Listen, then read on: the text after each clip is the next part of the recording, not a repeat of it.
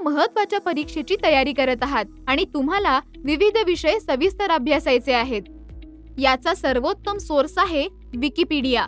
पण तुम्ही अशा ठिकाणी ट्रिपला जाताय जिथे इंटरनेटचा ॲक्सेस नाहीये. तरीही तुम्ही तुमचा अभ्यास सुरू ठेवण्यासाठी विकिपीडिया पेजेस ऑफलाईन डाउनलोड करायचे ठरवता. त्यामुळे इंटरनेट कनेक्शन नसतानाही तुम्ही ही माहिती पाहिजे तेव्हा ॲक्सेस करू शकता. या एक्सप्लेनेशनच्या आधारावर इथे एक मल्टिपल चॉईस क्वेश्चन दिला आहे. आपण ऑफलाईन मोडमध्ये विकिपीडियामध्ये कोणतेही वेब पेज डाउनलोड का करतो?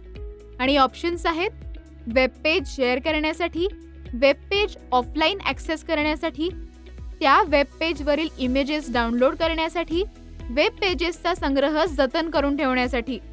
दिलेल्या ऑप्शन्सपैकी बरोबर उत्तर आहे वेब पेज ऑफलाईन ॲक्सेस करण्यासाठी. ऑफलाईन वापरासाठी विकिपीडिया पेज डाउनलोड करणे हा विश्वासार्ह माहिती मिळवण्यासाठी इंटरनेट कनेक्शनवर अवलंबून न राहणाऱ्यांसाठी एक प्रॅक्टिकल उपाय आहे.